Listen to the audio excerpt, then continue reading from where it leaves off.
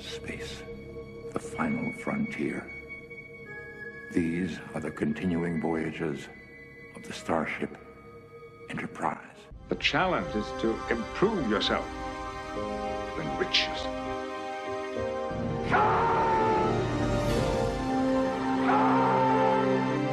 Your life, as it has been, is over. From this time forward, you will service us. That is the exploration that awaits you. Not mapping stars and studying nebula, but charting the unknown possibilities of existence. Hey guys, welcome to the Trek Show. On today's episode, we're going to be talking about our review of the Discovery episode, Light and Shadows. So, a brief overview of this episode. There are some kind of particles left over from the Red Angel that showed up, which freed the Kelpians from the Ba'ul. Discovery stays behind to investigate these particles, and Pike decides to go in a shuttle with Tyler out to investigate further, and they sent a probe out to this what appears to be a time disturbance that was created. I'm assuming that was because of the Red Angel.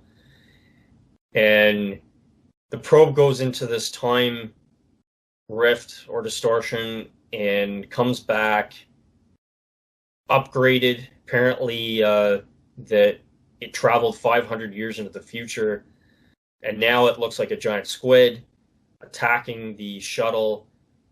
Meanwhile, Micheal has decided to take a leave to and find out, if she can, from her mother on Vulcan where Spock is, because she thinks that that her mom may know. So she ends up going to Vulcan. She discovers that Amanda is actually secretly providing refuge for Spock in, I guess it's an ancient Vulcan cave or area that he's in. Sarek is unaware of this until he finds out later on in the episode, where Sarek demands that Spock is handed over to Section 31. Really bothered me that Sarek knows about Section 31, but we'll get into that. Stamets finds a way to beam onto the shuttle to save Pike and Tyler. Pike and Tyler have an interesting rivalry in this episode. And then toward the end, Micheal rescues Spock from Section 31. Ends up, there's a signal from Talos 4 toward the end of the episode. So let's start out by, I have a list here of several things that I'd like to talk about in the episode. First of all, I'd like to introduce my friend Matt. Greetings. And so let's get right into it. I really liked the opening with we finally got a flyby of the Discovery, a very nice one. Of course, the shuttle bay is still open. Yeah. What did you think of that shot? It was really good. I like the they showed off the Discovery finally, like properly, like they should have done season 1. But I think the CGI effects were like really on point on this episode. It was really cool to see it. So yeah. Oh yeah, and I guess I should ask you right off the bat your overall take of this episode. I thought it was really good. I think it was really good. I like how they did kind of like 2 stories at the same time. I kind of like when shows do that, where like they're doing one story and then another at the same time. It gives a little bit more. It feels like the episode's more fulfilling. When Micheal went to go see Spock, and somehow Vulcan didn't like clue in that like there's a secret tunnel that maybe is in there. I don't know. I find it kind of stupid, that part, but it was interesting to see him. He was all messed up. He was locked into this mindset, couldn't speak or, just saying stuff. The fact that the man was hiding him was just like, yeah, whatever. Like, I'm pretty sure Sarek could have figured that out. Like, I don't know. And yeah, the fact that Sarek knows Section 31 is a little odd, in my opinion, because he's just an ambassador, right? It's not like he's like a fleet admiral or an admiral in Starfleet. He doesn't even belong to Starfleet, so that was a little interesting. The time war vortex, whatever it's called, that was really cool. I like how they did that. And then, they send out, the captain goes out and basically like, yeah, I'm qualified for this. And then like, Sarek was like, well, you're the captain, you shouldn't be going. It's like, yeah, too bad, I'm going, right? And that reminded me of Kirk a lot, because that's what Kirk is, right? He's like, nah, I want to go. I want to have the fun, right? So it was kind of interesting to see that. Now, I didn't understand why Tyler was on the shuttlecraft. I didn't understand why he brought him along. It didn't I thought he wasn't like gonna come along, right? Because I was like, that's kind of what it looked like. But then he was just there. Then I don't know. It didn't feel appropriate for him to be there. It didn't make sense. Tyler has nothing to do, so they included him on there instead of making him disappear like they do Reno. They just throw him on that shuttle with him. Micheal was not as annoying. A little annoying, but it wasn't like too bad this time, because at least she didn't figure out all the problems. She was figuring out her own problems, which was good. Yeah. Finally, that's my take on this episode. Oh yeah, well, I agree with you. I think that the negatives for this episode are minor for me. There are a couple things that I wasn't too hot on. I first want to say that the special effects in this episode I thought were really good. The visuals and the cinematography I thought were amazing, especially the look of Vulcan and the city there and the ships. Oh yeah, that was great. When they show off Vulcan, I'm like, whoa! Like, I think this is what Vulcan actually looks like, but I don't think we never saw what Vulcan really looks like. So. But we know they're really advanced. They're very good with technology, and it was just like, whoa! That was, for me, I was like, wow, this looks amazing, right? I don't know if it was too much, don't know, but since we don't really know what Vulcan really looks like at a technical, as a cities and stuff, but I think they did good on that. Yeah, well, we've gotten a little bit of Vulcan. Of course, it's changed also. Like in the motion picture, it looked a lot different, and then of course with the director's edition of the motion picture, they fixed up Vulcan, and it looked a lot similar to. I would say it does in Enterprise. It certainly looks more realistic in Discovery, and I particularly like the scene, just the look of. Sarek's house or his cottage or whatever that is on that hill, and it looked like it was autumn or something, and it was raining, and I thought it looked really good. Yeah, it was pretty good. And the Vulcan ships, they look like, I don't remember exactly what the Vulcan ships look like in Enterprise, but they definitely looked like a similar style to that, which was good. Yeah, I can't remember either. So, it was. I think the CGI on that was just like, wow, looked pretty good. Yeah. So let's talk about this back and forth with Pike and Tyler. They seem to have a rivalry growing, and it's always with Tyler challenging Pike, challenging his authority, and in the shuttle, Tyler is like, you just want to take me down with you, and he's making all kinds of accusations at Pike, and Pike sees this temporal disturbance, and it looks like there's that confrontation, and it appears at first that Pike kills Tyler in this temporal vision. I thought that it was a good exchange. What did you think of the back and forth with Pike and Tyler? It was interesting. Because Pike doesn't like him because he's Klingon-y, if that even makes sense. So he has a gripe against him because Klingon war, kill all my friends and stuff like that. And in reality, like Tyler or Volk, whatever, he's not really like that anymore.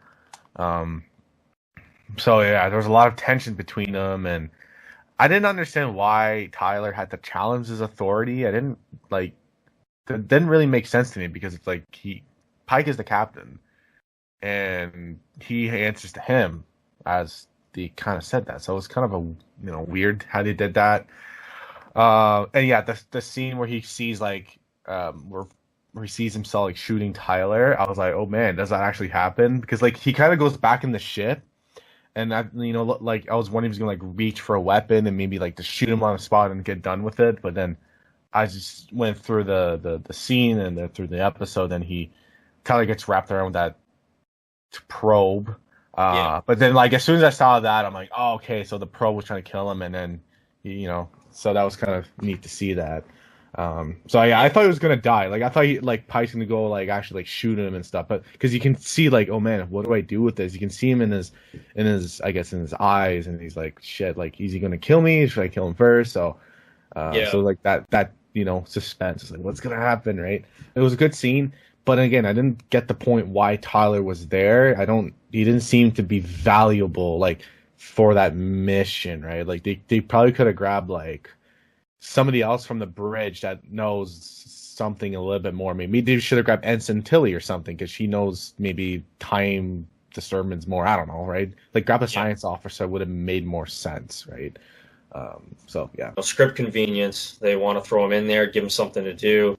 Yeah. So I thought it was a very interesting exchange. I mean, I like the fact that that there is this back and forth, and I think it's not only that that he's Klingon and that he does hold that grudge, but also Section 31, I think, has also been a thorn in Pike's side as well, and that probably plays into it. But that temporal vision, definitely a misdirect for the audience.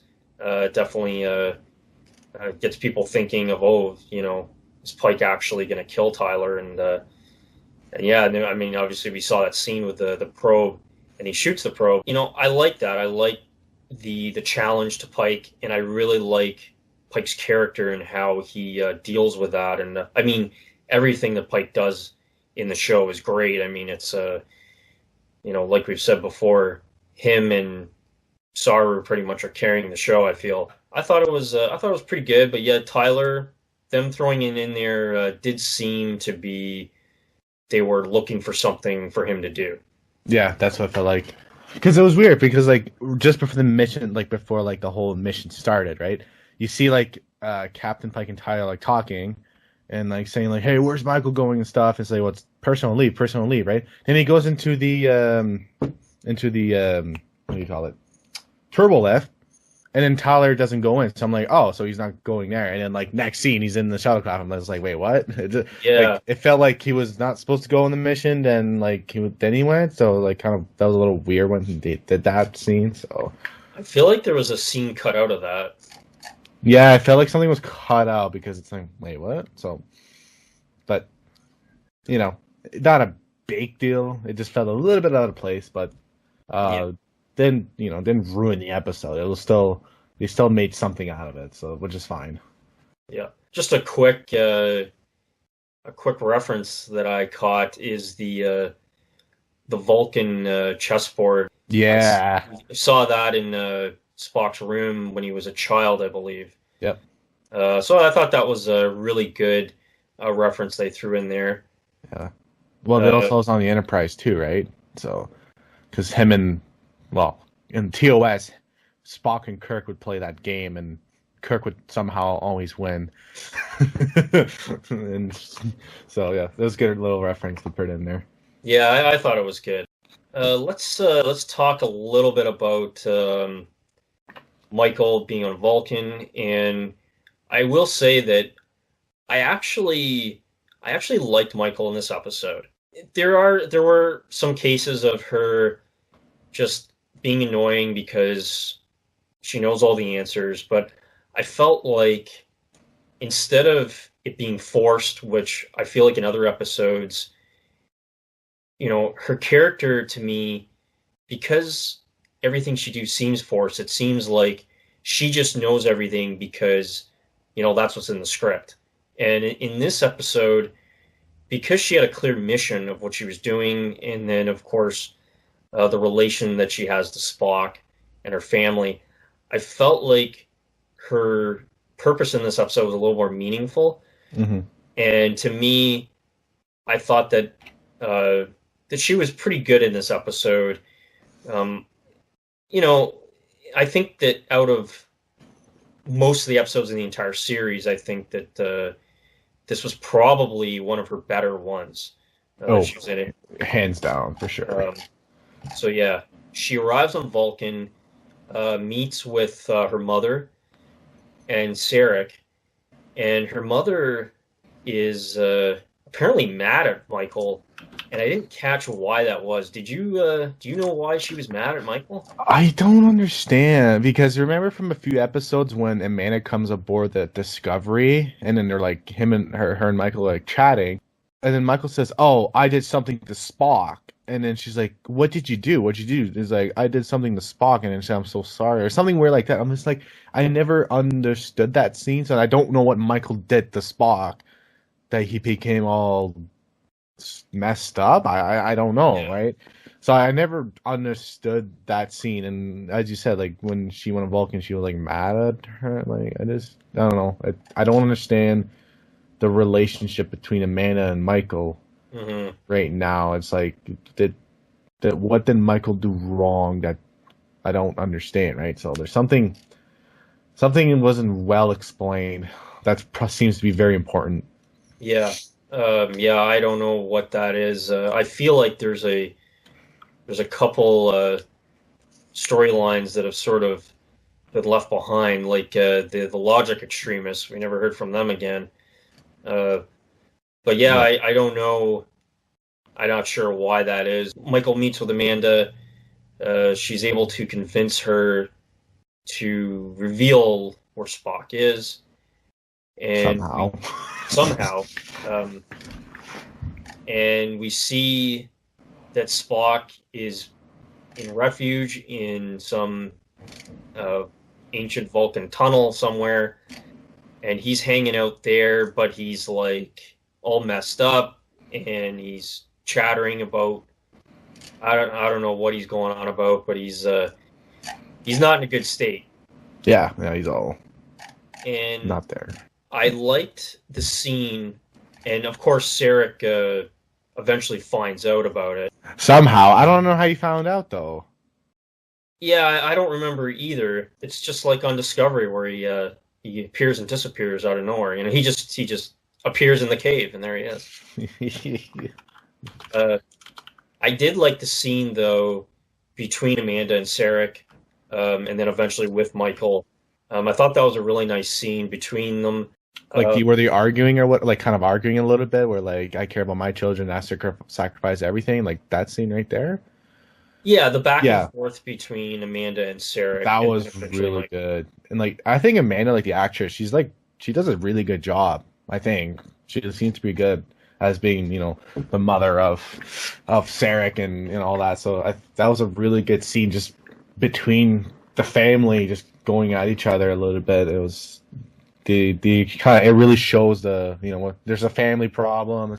Spock has a learning disability, which was a little weird, but was that yeah, well, apparently they said that he had dyslexia. I wasn't too sure what that was all about, whether that was because of the Red Angel or he actually was born like that.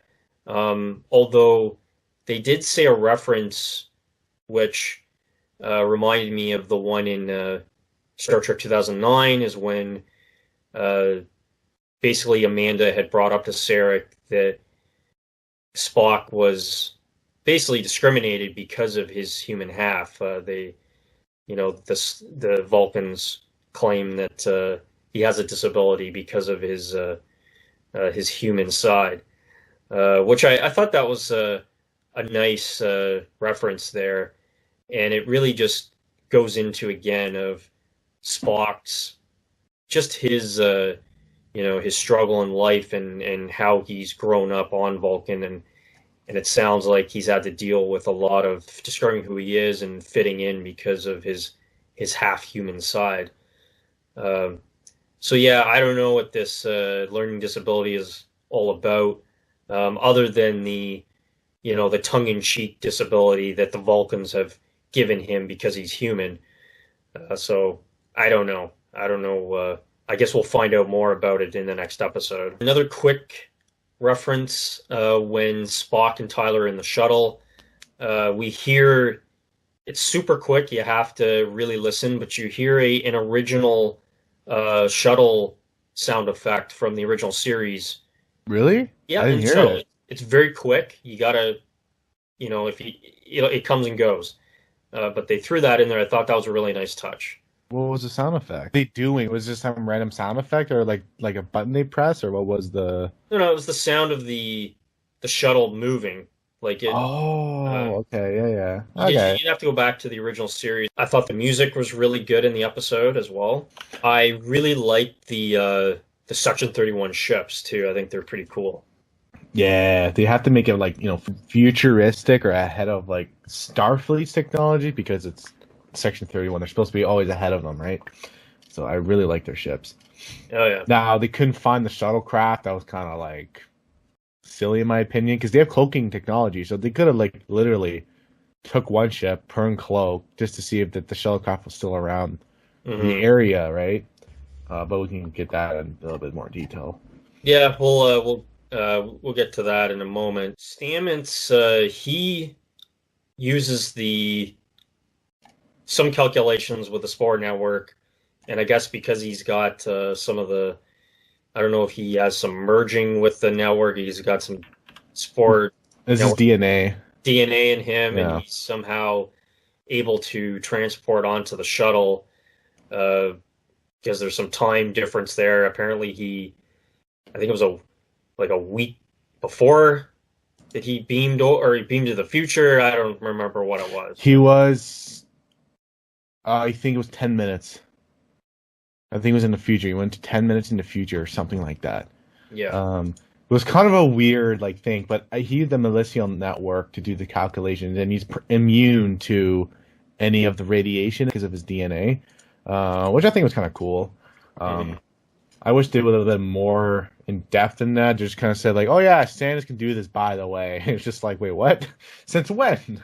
But yeah, I think it was kind of cool. I was able to, get in there. I was expecting him to use to go into into the network, not use a transporter. That was kind of a weird thing to do.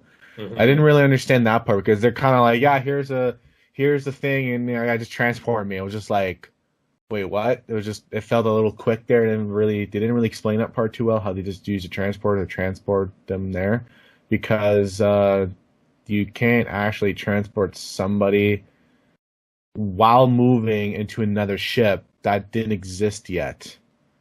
So I don't understand how that was possible. It only happens later on in TOS where that was a thing you can do, where you can transport somebody into a moving ship or something like that. So that part felt a little not explained very well. Just kind of yeah, we'll just do this, right? I don't know. Yeah, no, it's again, it's script convenience, and they have to save the day somehow. Somewhat clever that they're using the Spore network as a tool in the episode. But again, it's not really explained that well. When Tyler got attacked by the probe, was that after Stamets arrived or before he arrived? Before. Before, okay. It was way before, yeah. Yeah. And then he was trying to remove the probe's thing out of the computer. That's what Tyler's trying to do when Stamets arrived. That's what went down. Yeah, so the probe is extracting all this information from the shuttle. Yep. And and Stamets, I guess somehow they're able to get beamed back onto the Discovery. The probe, does the probe attack Discovery? No, so what happened is they self-destructed the shuttlecraft. Yeah. In which I think destroyed the probe. but it was hard to see that. So maybe the probe escaped with the data. So I think it blew up with the explosion. I thought that the probe was extracting information from the Discovery. Yes, yeah. So basically the probe used the shuttlecraft to hack into the Discovery's computer network somehow. I guess because it's 500 years in the future, but still, whatever. And then like extracting data, but also took over that one officer. Yeah. I don't know what I didn't know she was a commander, so that's new to me. And I don't even know what her name is, so that's good to know. Yeah. Well, I don't know what species or what she is. I think she's a cyborg, I'm assuming. There's a lot of characters on the show that we still don't know the name of or who they are. So I think they're slowly making that better. Yeah. But I thought it was a clever idea that somehow the essence of this probe has been transferred into that officer. Like this. Yeah, I was cool. I was like, oh, what's going to happen to her now, right? Yeah. So now that maybe the Red Angel did this and now has control or sees what's going on. Who knows, right? Yeah. Yeah, it's definitely interesting. We'll see what happens. Yep. So Sarek is able to convince Michael and Amanda to turn Spock over to Section 31. I have an issue with Sarek knowing about Section 31, but everybody knows about Section 31 apparently. Yeah, I don't like this at all about how everybody knows Section 31. It's like, how? Right? So, sorry, continue on. Yeah, it's, I don't know. I don't understand why everybody knows about it. Maybe they're going to fix that at some point in the series, that Section 31 goes underground or something, but I don't know. Like, everybody knows about it, and even Sarek knows about it, and I think that's kind of dumb. Section 31 is supposed to be a top secret organization. So anyway, they turn Spock over to Section 31, and Michael, she's there. Giorgio is there, and Giorgio informs Michael that they're basically gonna mess with Spock's mind. I can't remember the device, some memory extractor. Yeah, memory extractor will kill him, basically. And so Giorgio has an agenda to get rid of the captain somehow of the Section 31 ship. And so Giorgio and Michael, Giorgio comes up with a plan that Michael is going to attack Giorgio and basically rescue Spock and take him off the ship. So they end up in some big fight scene, and supposed to be fake, but I don't know if Michael or Giorgio actually got knocked out or not. But anyway, what'd you think of all that? I was kind of expecting that, to be honest. There's no way in hell that they're going to go... Like, I don't understand why Sarah was like, yeah, it's logical to bring Spock to Section 31. They can clearly help him. So maybe he doesn't really know Section 31 that well. Maybe he just knows it because Michael mentioned it or something. Because like I would not trust Section 31. Like, they don't give a shit. They're going to they want their information, and if that kills the person, they don't care.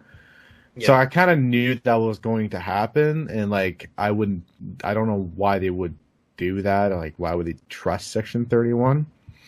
Now with Giorgio going, like, basically telling Michael, like, hey, like, he's lying, and you can tell she has an agenda. So I think this is going to be really cool. What's going to happen with her? Like, she's going to take over the ship as a captain. That's what's going to happen.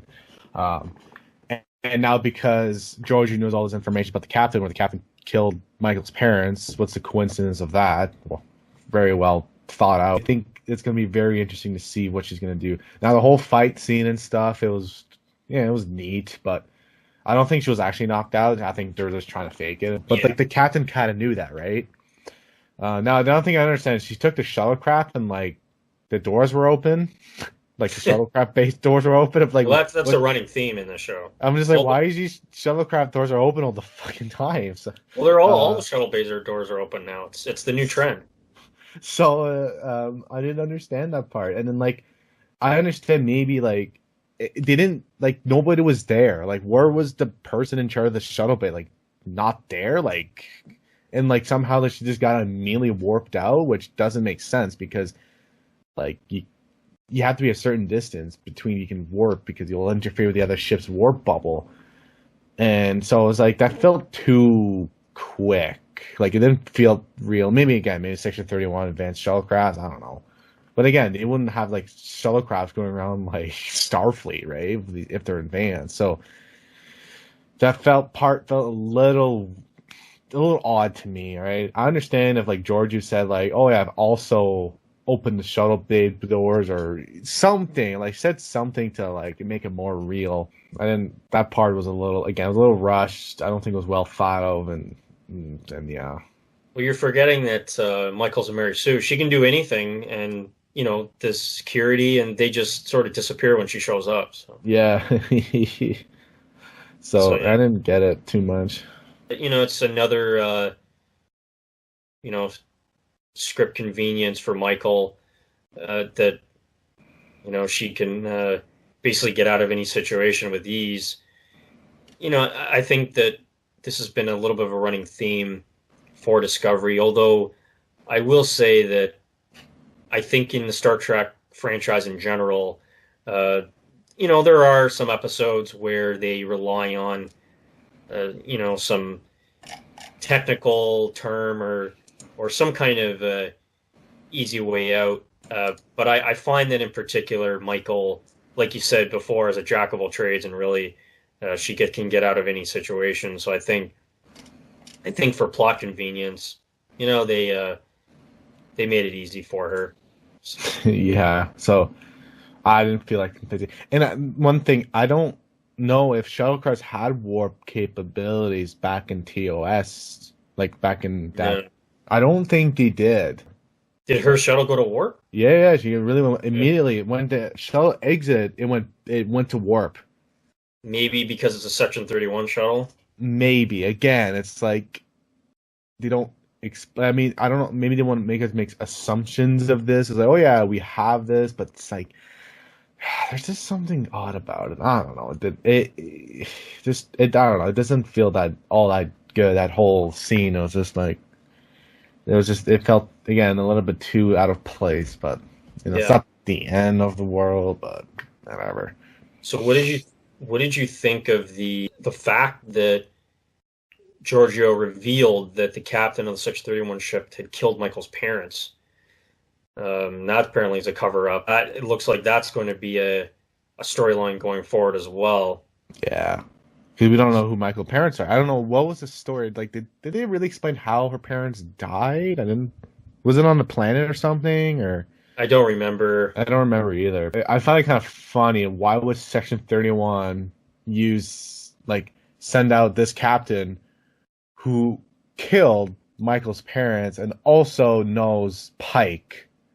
Like, in my mind, like, we would never do that because, for this reason now, because now the captain's, he's screwed now, can't do anything. So it's like, I don't know, it's a little odd. Well, the Pike thing, maybe I can see that issue, but maybe this captain's superiors don't know that this guy killed her parents. That's a possibility.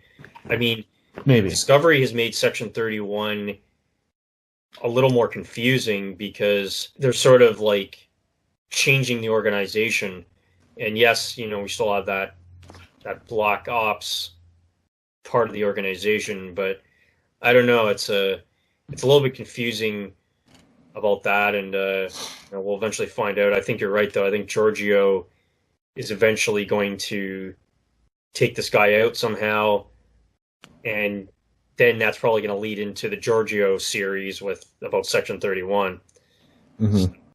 At the end of the episode, Michael saves Spock. They end up in the shuttle that apparently has warp drive, and Michael figures out the coordinates that Spock has been muttering for the whole episode, or the half the episode that he was in, and it ends up being Talos 4, the planet that Pike went to in the cage. with those psychic aliens there with the big heads. I don't know where this is heading, why they're going there. Like, I feel like if they're going to Talos 4, it's almost like at least that they're going to connect the Cage to the storyline somehow. Yeah. So hold on, I'm looking up like the history of it. So apparently in 2254, Talos was discovered by the Enterprise with Captain Pike, and that was that whole episode. Now in 2257, which is right now, Michael Burnham and Spock travel to Talos 4. So this is after. This is after the Cage. This is after the Cage. But didn't Pike? Didn't he go back to Talos 4? Hold on, I'm reading it more. So 2057, and then there's also General Order 7 on this planet, basically saying no one is allowed to go to this planet. Yeah. So I don't understand. So maybe because we're on this shuttlecraft that's owned by Section 31, they can just go there without anything. So maybe that's why. Well, no, maybe in the next episode, Discovery will try to go there, or maybe they'll find out and Pike will be like, we can't go there, right? Micheal is going, like, this is a personal venture for her, right? This isn't, she isn't representing Starfleet. No, although she can be penalized for going there, but I don't know. I don't know what they're going to do. And then in 2267, so 10 years after from the episode, Talos was revisited by Enterprise, which was commanded by Spock, to deliver Captain Pike because he was all crippled. And then that's right. So he can live there because he was basically he can do anything. Yeah. Okay. Also, this is after. I think this is gonna make it more interesting. It kind of makes it weird because like Pike and Spock from the original episode are already like old, like middle age. And then Discovery, Pike looks pretty like, he looks fine, but then Spock looks really young. So it's the age looks a little off, but maybe that's just the way it is. Okay, this is going to be interesting. So I wonder if Discovery, or maybe Pike finds out, like, we're going to Talos 4, and then like Pike's going to be like, oh. Like, is he going to go back, or is he, I think this is going to be interesting. I think in my mind, this is going to be a really interesting episode next week. If they do it right.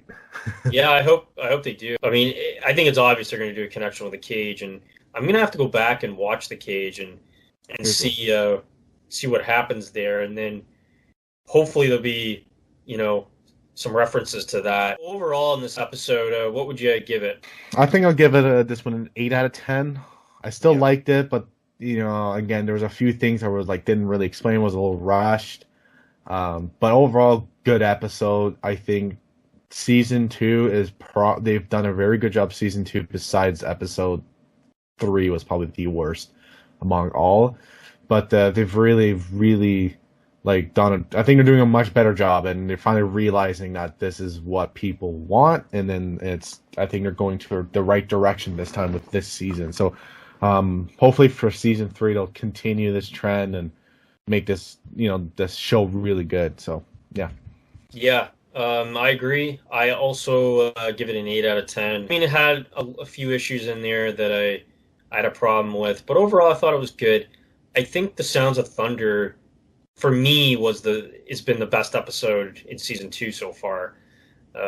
This one I don't think is as good as that one, but yeah, there's a lot of things I liked about this episode. I think that the series is getting a lot better, and I mean, it seems like the Klingon episode was a fluke among these the rest.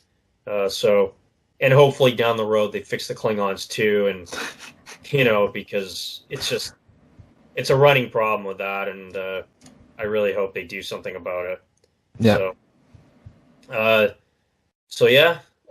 Looking forward to the next episode. I can't believe that after I watched that Klingon episode, I didn't know if I wanted to see the show again. So, me too, man. I was just like, oh my god, like what have they done? And then they've recovered themselves very well. Yeah, very well. So that was our review of the Discovery episode, Light and Shadows. What did you think of the episode? post in the comments below. Make sure that you like this video, and if you haven't already done so, make sure you subscribe. And as always, live long and prosper. Space, the final frontier. These are the continuing voyages of the starship Enterprise. The challenge is to improve yourself, to enrich yourself.